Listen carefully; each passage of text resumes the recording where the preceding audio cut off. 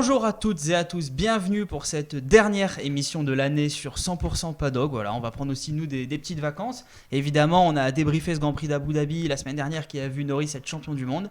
Et comme l'année dernière, on va faire le conseil de classe des pilotes de cette saison 2025. Il y a quand même pas mal de choses à dire. Un classement avec nos moyennes qui est parfois un peu surprenant pour certains pilotes. Mais d'abord, comment allez-vous ? Je commence par toi, Lisa, qui est à ma gauche. Un plaisir Ça fait longtemps qu'on t'a pas vu dans un l'émission. plaisir de revenir vous retrouver pour ce conseil des classes, justement. Et le duo gagnant souvent des quiz, ou pas toujours, Victor et Louis, comment vous allez ? Content de faire la dernière. Hein. Ouais, super, c'est passé vite encore cette année. Donc... Bon, alors sans plus attendre, ce classement, on l'a divisé en 3 parties, un peu sous la même forme que les qualifications, avec la Q1, la Q2, la Q3, les 5 pires élèves de la classe en Q1, ensuite 5 autres en Q2, et le top 10 final avec nos moyennes. 7 personnes ont participé à constituer ces moyennes. Je salue notamment Lisa, l'autre Lisa qui n'est pas là, mais aussi Fabio, Elena qui ont participé aux émissions cette année et qui ont également donné leurs notes malgré leur absence aujourd'hui. Le dernier de la classe, vous avez peut-être une petite idée, c'est Franco Colapinto, Oui, avec une moyenne donc de 6,7 sur 20. Voilà, vraiment, c'était 0 point en championnat. C'est le seul pilote avec Jack Doohan, mais qui a effectué que très peu de courses. C'est le seul pilote à avoir 0 point. Donc on va pas s'y attarder. Voilà, une saison vraiment ratée. Même s'il y avait un peu de mieux au niveau du rythme par rapport à Pierre Gasly en fin de saison, c'était quand même très loin pour l'Argentin qui avait montré des belles choses quand même avant cette saison 2025. Un rookie dans une voiture telle que Alpine. il a été il paye complètement un peu les frais. transparent c'est ça. de la grille cette année. Le 19e, c'est peut-être pas une surprise, mais on aurait pu l'imaginer un peu plus haut, c'est Yuki Tsunoda, qui termine avec une moyenne de 7,3. Là, je voudrais m'arrêter quelques secondes et vous demander, parce que c'est vrai on verra Max Verstappen qui est évidemment plus en haut du classement. Là, on a Yuki Tsunoda 19e. Alors en qualification, je vous le rappelle, c'est 0 sur 22. 22 fois Verstappen a été devant. Il y a 2 grands prix en moins parce que Lawson a fait les 2 grands prix, les 2 premiers grands prix chez Red Bull. Et en course, il a seulement été une fois devant. C'est lorsque Verstappen a abandonné en Autriche. Donc il n'a pas vraiment été devant. Et 388 points de retard au championnat du monde. Alors, qu'est-ce que vous pensez de cette saison de Yuki Tsunoda, qui sera donc l'année prochaine 3e pilote pour Red Bull? Je pense que la dernière course à Abu Dhabi, ça résume un peu la saison. On attend lui qu'il fasse quelque chose et au final il fait rien, il n'est pas là pour aider Verstappen.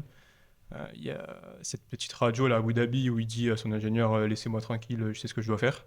2 virages après il se fait dépasser par Norris en tentant une défense beaucoup trop agressive. Donc ça résume un peu sa saison.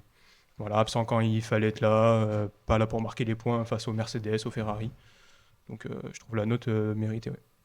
Oui, je suis assez d'accord avec Victor et les statistiques que tu as données, elles sont plus que parlantes. Quand tu es assis dans le baquet à côté d'un champion du monde, tu te dois de l'épauler au moins. Et là, c'est à peine s'il est arrivé à la cheville, à l'orteil, j'oserais même dire, de Max Verstappen. Donc ouais, ça a été très très décevant, surtout pour un pilote qui connaît Red Bull en fait. Alors certes, il était chez la petite sœur, mais il la connaît, cette écurie, il sait son fonctionnement.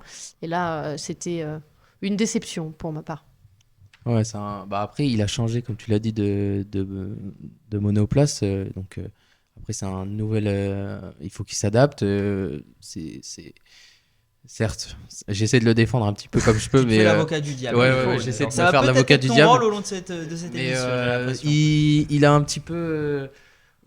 Ouais, j'avoue que c'est compliqué. C'est compliqué de le défendre. Non, mais il a changé d'écurie, c'est jamais facile. En cours d'année, on te dit que tu vas être chez la petite sœur. Au final, t'es à côté de Verstappen. Peut-être qu'il impressionne.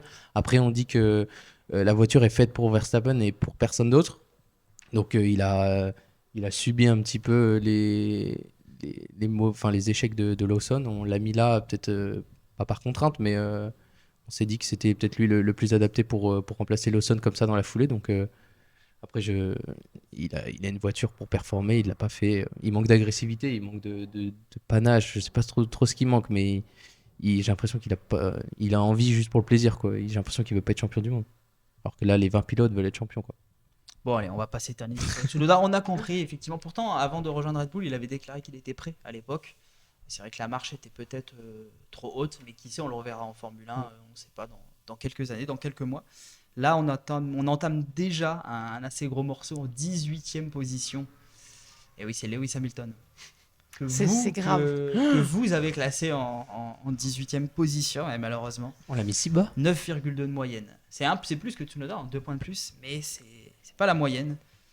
C'est encore une vrai Q1, que vos notes, elles étaient parlantes. Alors Victor, toi, tu lui as mis 10, tu lui as mis la moyenne. Louis, tu lui as mis 7. Aïe.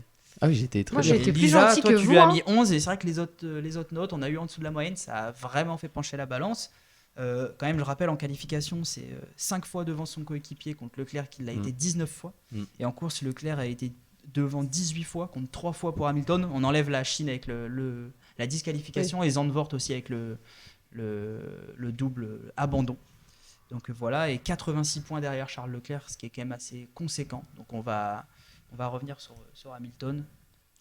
Il y a eu aussi beaucoup de déclarations qui ont fait Bah ouais, il a un peu peut-être de... pencher Bah le truc c'est que là on est un petit la peu sur donne. la culture de l'instant, il fait 3 Q1 de suite, 4 maintenant. Mais ouais, c'est son body language en fait, il est il a envie, j'ai l'impression qu'il a envie d'arrêter. Moi si on lui donnait 1 an de contrat chez Ferrari, il aurait dit oui, j'arrête cette année et puis voilà quoi. Mais il a plus envie en fait. Il est là, il essaye, mais il n'y arrive pas. Et pour un septuple champion du monde, faire ce genre de saison, c'est pour ça que je l'ai noté si bas en fait. Parce qu'on attend tellement plus de lui. Ouais, voilà, ça me déçoit. Ouais, moi j'ai été un peu plus Dis-nous gentille. pourquoi tu lui as mis 11. Bon, déjà, je pense qu'il y a ce temps d'adaptation à prendre, même pour un septuple champion du monde. On part chez Ferrari, c'est quand même très spécial. Il faut aussi prendre en compte que Charles Leclerc a surconduit toute la saison. Parce que je pense qu'il faut être capable de le dire. Charles Leclerc a surconduit une voiture qui était très compliquée, hein, on va le dire, pour ne pas dire pas à la hauteur du championnat. Moi, je trouve qu'il n'a pas fait une mauvaise saison. Je te rejoins sur les... Enfin, il n'a pas fait une mauvaise saison, pardon. Il a fait une saison médiocre. Voilà, je trouve pas qu'il a fait une saison des plus exécrables, c'était médiocre. Il a eu des déclarations qu'il n'avait pas à voir, ça je suis d'accord. Il y a des mots qu'il a dit que pour un septuple champion du monde qui arrive chez Ferrari c'est historique.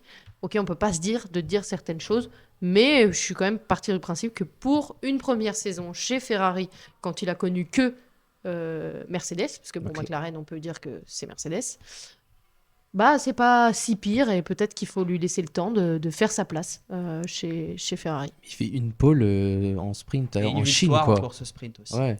Oui, non, mais je suis d'accord. Après, je lui ai mis 11, hein, je lui ai pas mis 18. Hein. C'est juste la moyenne. Hein. Ouais, moi, je trouve qu'il fait plutôt un 6e bon du début de championnat, saison. Victor, hein, je Oui. le rappelle. Mais et sur certaines qualifications, il était quand même assez proche de Leclerc en début, milieu de saison. Après, il y a eu un moment, un déclic un peu contraire mental. Mais je me souviens quand même de quelques séances où il était assez proche de Leclerc, Totalement. cette victoire en Chine en sprint. Donc il y a plutôt, voilà, il y a un bon début de saison. Après, voilà, il y a eu ce renversement de situation difficile à expliquer. Mais ouais, la moyenne 10-11, ça me paraît cohérent. Une saison à oublier donc pour Ouais, Lewis Hamilton, qui on l'espère pour lui reviendra plus fort l'année prochaine. Il faudra aussi compter sur une Ferrari qui soit peut-être enfin au niveau. Oui. On s'approche de la barre bientôt des 20 ans sans titre, que ce soit pilote ou constructeur pour Ferrari. L'attente commence à être longue. Il y en a un en tout cas qui est content dans notre classement, c'est Lance Stroll qui est devant donc Lewis Hamilton qui est en 17e Ce serait la première fois. position. Oui, c'est bien la première fois que ça arrive. Avec 0,2 points de plus, il est à 9,5. Bon, en qualification, 0 fois devant Alonso. Assez compliqué. En course, 8 fois devant son coéquipier espagnol, contre 16 pour Alonso. Ça, c'est un tout petit peu plus équilibré. On sait que Stroll, son point fort, c'est vraiment la gestion de course aussi par rapport aux qualifications. Il a toujours été bon là-dedans. Donc voilà, et 23 points derrière Alonso au championnat. Donc c'est une saison là aussi qui est moyenne, mais qui n'est pas non plus Ouais, c'est vrai que du 23 même, points en fait. du même Après, niveau ouais. de médiocrité. Après, Alonso a quand même beaucoup de malchance quand même sur certaines Totalement. courses. Je pense que ça aurait pu être Ouais. plutôt 40 points, soyez un peu plus réaliste. Mais bon, ouais, c'est Stroll, il n'y a pas grand-chose à dire. Et je voulais Lisa, tu voulais peut-être dire un truc sur Stroll. Sinon, il y Oh. avait un dossier encore. J'ai rien, j'ai pas à ouvrir le dossier Un Stroll, dossier on l'a important, déjà trop. le dernier éliminé de cette Q1, c'est un Français. Gasly, hein, je C'est pense. Pierre Gasly qui. Et alors même là, avec on va m'incendier. Même avec ses 11,1 de moyenne, qui échoue à la 16e place de peu. Mais voilà, 18e du championnat avec 22 points. Colapinto, son coéquipier, 0. En qualification, il a été 13 fois devant lui. Et en course, 11 fois contre 7 pour l'Argentin. Donc là aussi, ça s'est un peu équilibré.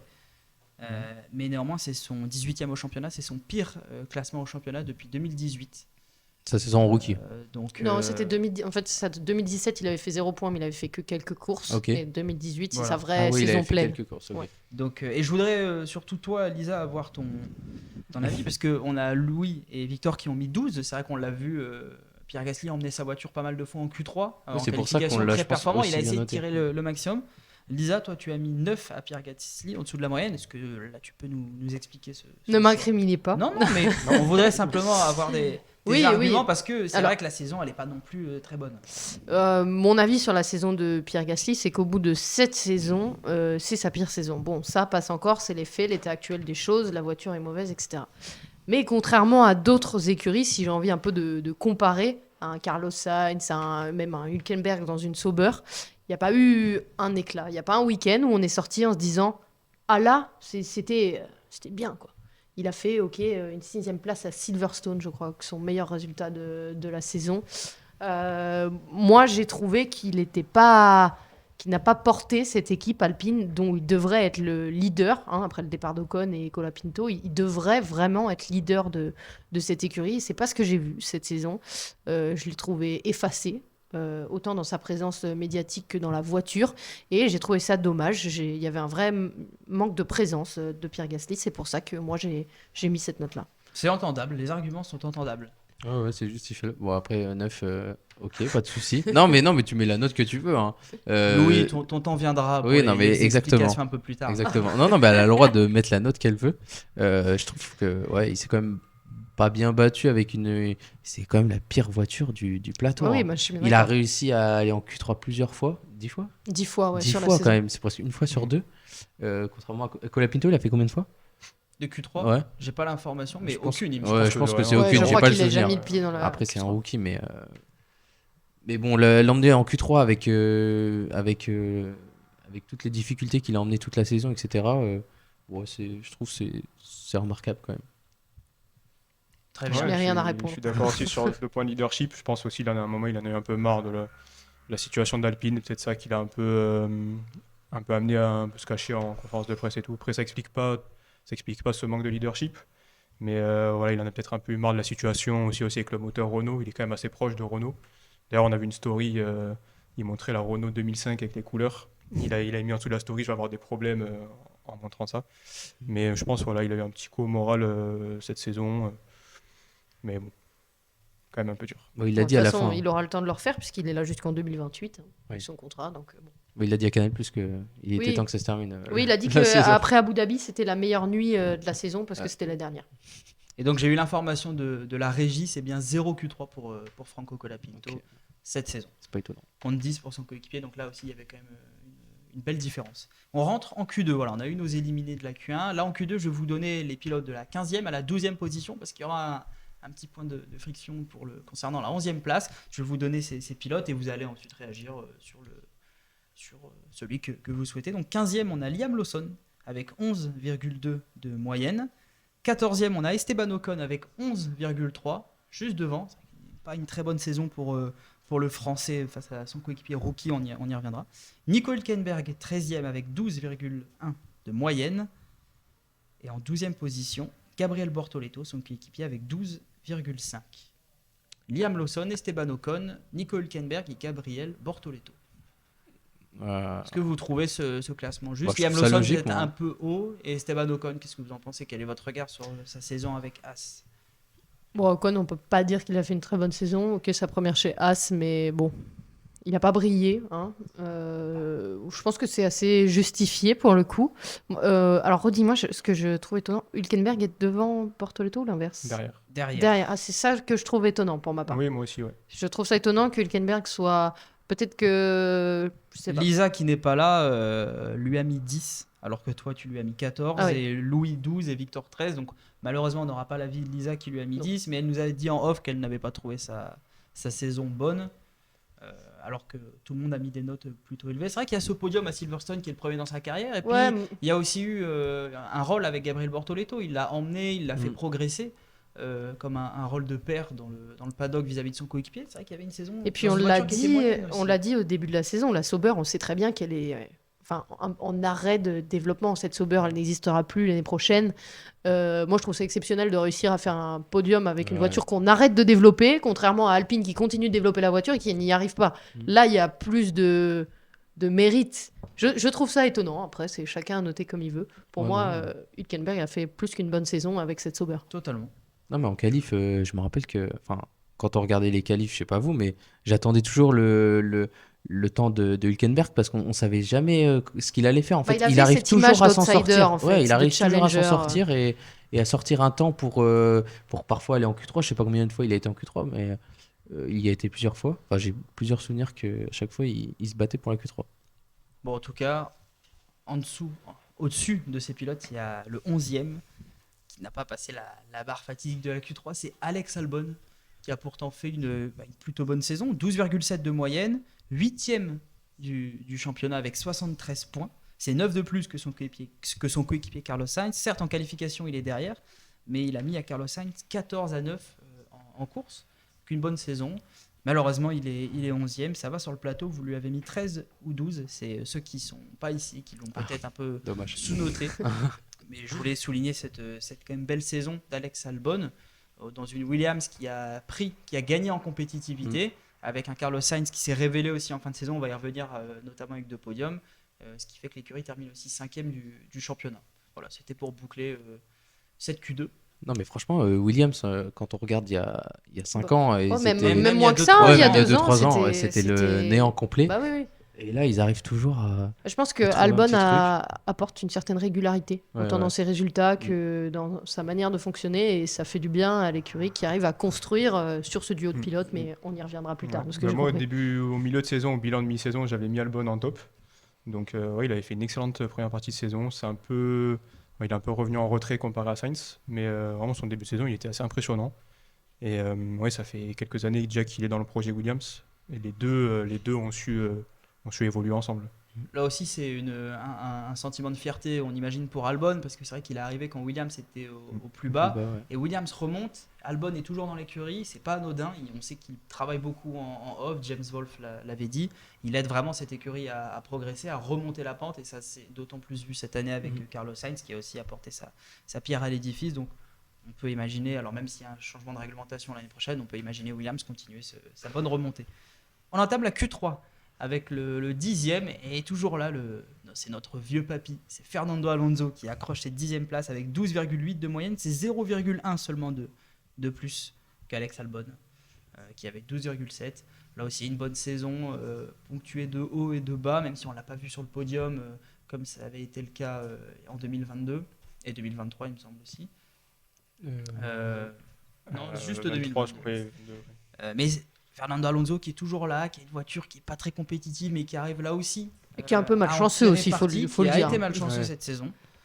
Il a cette 10e place qui est honorable. 9e, par contre, c'est une belle place pour Oli Biermann, qui est à 13,7 de moyenne. Là, on commence à arriver dans des moyennes qui sont assez positives. Rookie Oli Biermann, on parlait d'Ocon, qui a fait quand même une très bonne saison par rapport à son coéquipier. Je rappelle, en course, 12 contre 12, et en qualification 14-10, il l'a devancé, et il est devant également au championnat avec plus 3 points. Grosse saison du rookie. Il a 3 points de plus. 3 points de plus qu'Esteban Ocon au championnat. Ouais. Donc il a réussi à rivaliser avec lui tout le long de la saison pour un rookie. Donc lui aussi, première saison chez Haas, comme Ocon. Franchement, moi je suis impressionné par Biermann. On pensait que dans une voiture telle que Haas, il allait un petit peu sombrer, avoir des trous d'air. Enfin, il en a eu évidemment, parce qu'avec une voiture comme ça, on peut pas faire tout parfaitement.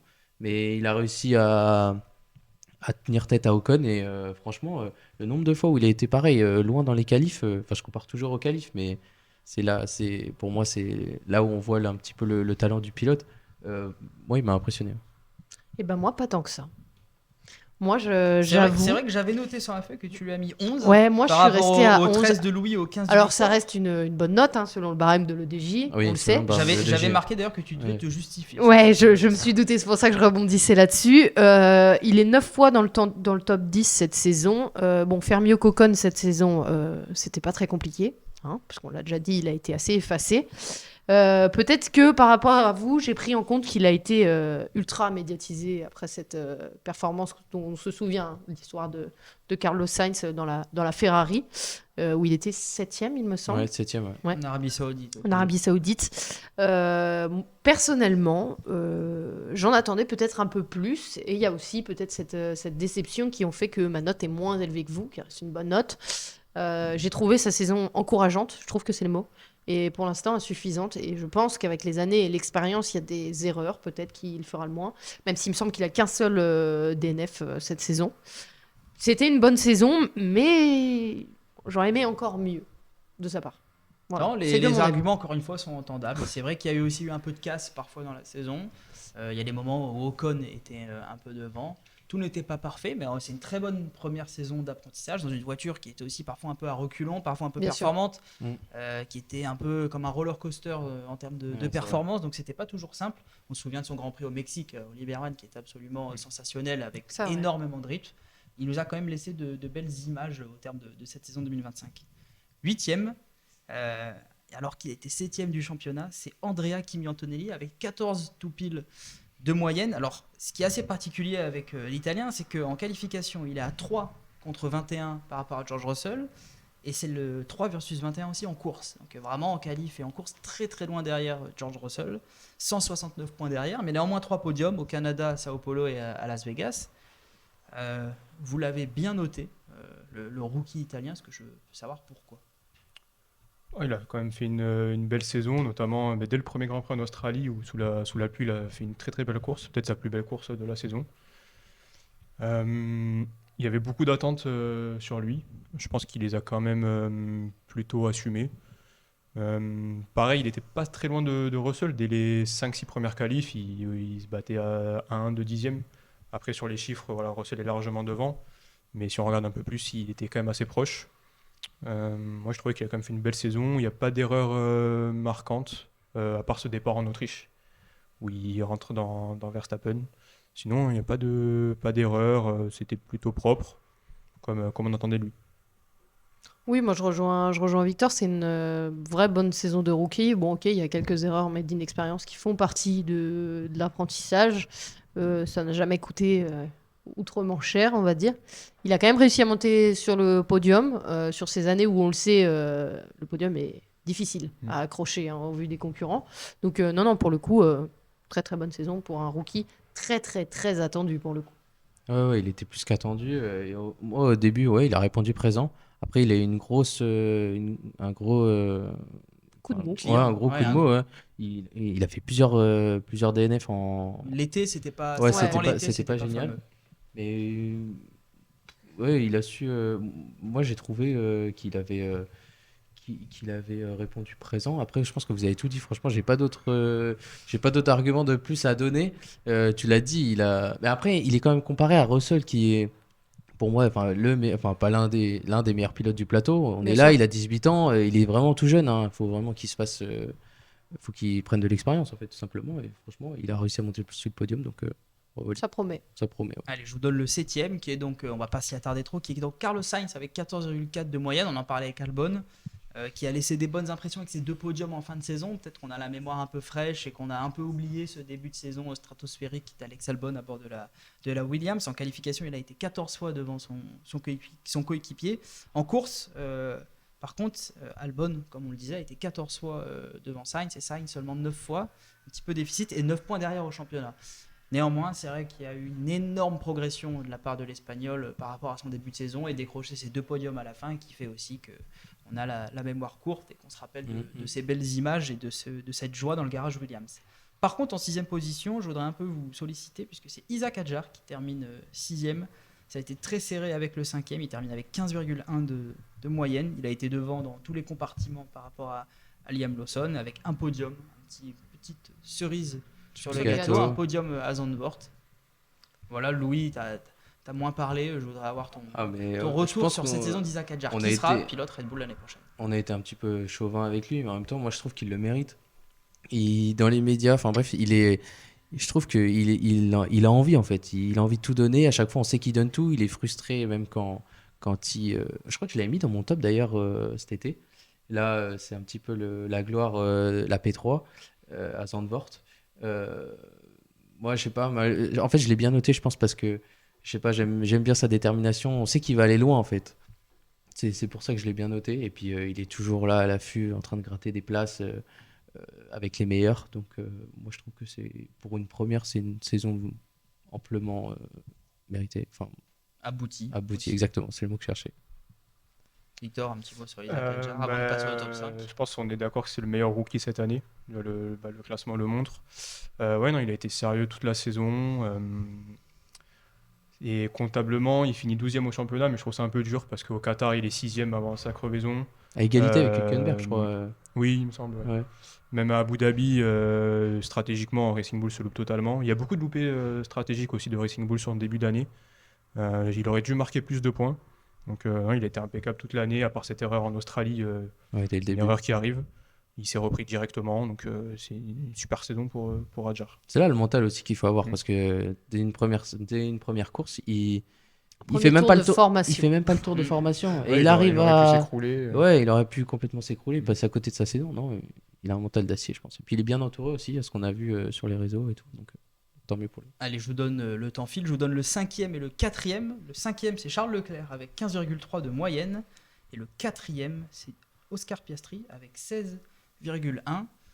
Je voudrais, Louis, avoir ton avis sur Charles Leclerc que tu as un peu sous-noté par rapport aux autres. Ouais. Quel est ton regard sur la saison du Monégasque? Là, Charles, il est combien là? On l'a mis combien?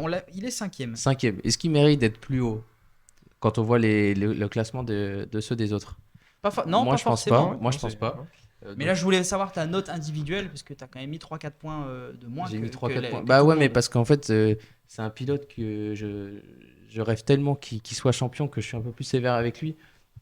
Il fait une pole, 0 victoire. Après, certes, il conduit dans une voiture qui est plus que limitée, mais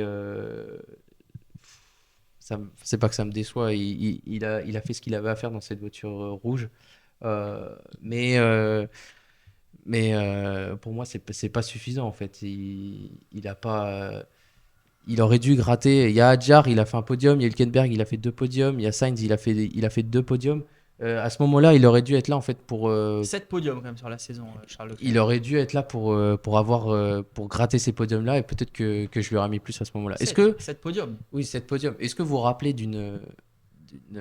parce qu'il fait deuxième à Monaco, enfin il fait quand même de bons résultats, je vais pas le nier non plus. Mais est-ce que vous vous rappelez d'une fulgurance ou d'un très bon Grand Prix Son Grand Prix de d'Abu Leclerc? Dhabi, qui est très très bon dans le rythme. Il a Je été pense que capable- ce très que bon dans le Louis, je pense que ce que Louis essaie de dire, c'est que Charles Leclerc sans une victoire, c'est quand même bizarre. C'est même Bien à sûr, dire, bien c'est sûr. bizarre. Et je pense que c'est pour ça que toi, tu as Ah pas ouais, non, trouvé mais les c'est- points c'est que nous on lui a exactement mis. Après, moi, j'ai pris en considération et je l'ai dit la voiture qu'il a surconduit, etc. Après, c'est chacun son avis, mais c'est sûr que Charles Leclerc sans victoire, bah c'est pas Charles Leclerc. Si on lui demande, il va pas se mettre la moyenne sûr. non plus, hein. Donc voilà. Pour le 4e, en tout cas, Oscar Piastri, je reviens rapidement dessus. Il a été derrière Lando Norris finalement dans tous les compartiments. En qualif, seulement 11 fois devant contre 13 pour son coéquipier. En course, 10 fois devant contre 13 et 13 points de moins au championnat. Il a terminé 3e du championnat du monde derrière Verstappen et son coéquipier.